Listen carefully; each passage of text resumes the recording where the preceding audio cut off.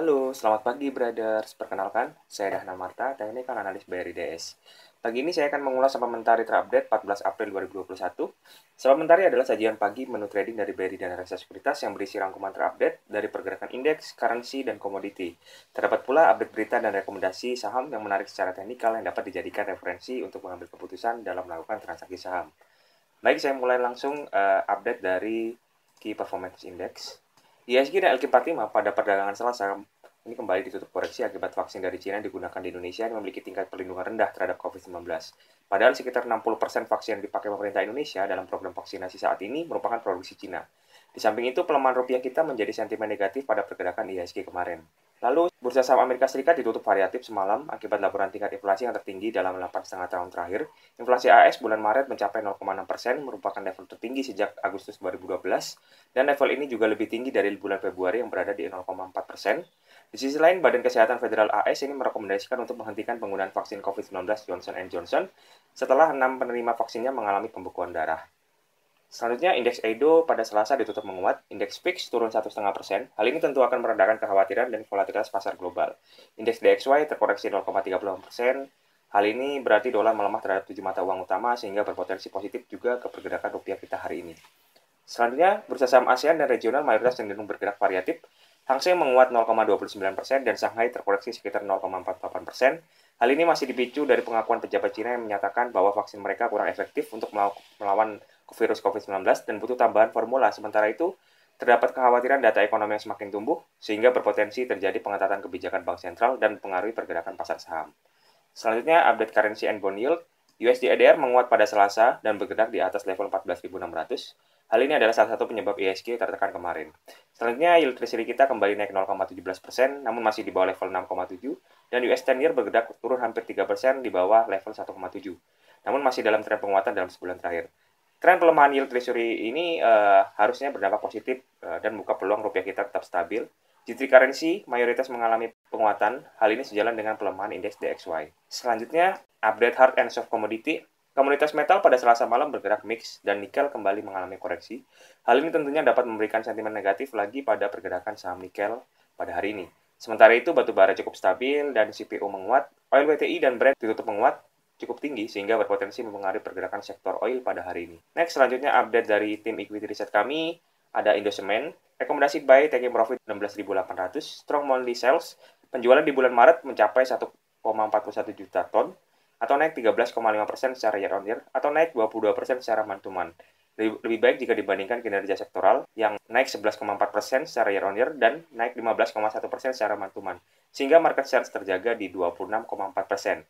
Secara year to date, penjualan INTP di kuartal 1 2021 mencapai 3,85 juta ton, atau naik 1,4% secara year on year, atau 23% dari target kami. Prediksi kami tahun ini volume penjualan dapat bertumbuh 3,5% secara year on year, dan ASP ini meningkat di atas 2% secara year on year. Selanjutnya update Waskita Karya.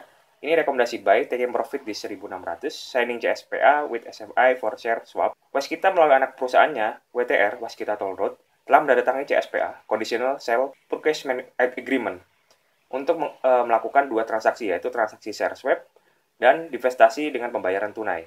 Penandatangan CSPA ini merupakan perjanjian divestasi kepemilikan WTR terhadap 20% saham di Ruas Tol Semarang, Batang, dan 34,99% saham di Ruas Tol Cinere, Serpong, kepada PT SMI. Total value transaksi konversi ini adalah sebesar 2,69 triliun rupiah, atau setara dengan kepemilikan 10,62% WTR oleh SMI yang akan dilaksanakan dalam 2 tahap. Selanjutnya, update ekonomi makro. Pemerintah Indonesia berencana untuk memberikan insentif pajak bagi bunga yang dihasilkan dari kupon obligasi untuk menarik minat investor, dan di saat yang bersamaan mengurangi potensi adanya defisit anggaran.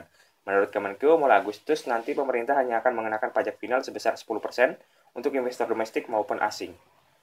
Selanjutnya, update emiten ada Bank BTN. Di sini, Bank BTN melaporkan pertumbuhan kredit sebesar 3,2%, tumbuh secara year on year per Maret 2021, dibandingkan Januari 2021 naik 2,1% secara year on year, Februari 2021 naik 2,3% secara year on year. Pertumbuhan ini didominasi oleh KPR, terutama KPR bersubsidi. Untuk tahun ini, BBTN menetapkan target pertumbuhan 7-9% secara year on year untuk KPR bersubsidi, dan 4-5% untuk KPR non-subsidi. Sementara dari tim analis kami dapat memproyeksikan pertumbuhan kredit BPTN ini dapat mencapai kisaran 5% untuk full year 2021. Untuk detailnya, beredar bisa download di Sapa Mentari di official Telegram kami dan linknya ada di caption di bawah ini ya. Next, selanjutnya update trading ideas hari ini. ISG hari ini diprediksi bergerak mix dengan kecenderungan menguat setelah kemarin mengalami cooling down dan membentuk hammer secara candlestick, dan di sini indikator MACD negatif menguat, indikator stokastik netral melemah, dan RSI-nya oversold. IHSG diprediksi bergerak di rentang 5.800 sampai 6.080. Selanjutnya ada saham-saham yang menarik secara teknikal, ada ERA, trading buy, trading range di area 488 sampai 550. Volume transaksi meningkat, indikator MACD negatif melemah, berpotensi golden cross, indikator stokastik netral menguat, dan RSI netral menguat. Next, ada Tower, trading buy, trading range di area 1055 sampai 1175. Lalu ada ASA juga trading buy, ini trading range di area 1685 sampai 2100. ASA telah breakout dari pola asymmetrical triangle-nya dan berpotensi melanjutkan penguatannya. Volume transaksi meningkat di atas rata-rata, MACD negatif melemah, berpotensi golden cross, indikator stokastik netral, dan RSI netral menguat. Next, BXDE rekomendasi sell, trading range di area 1100 sampai 1150.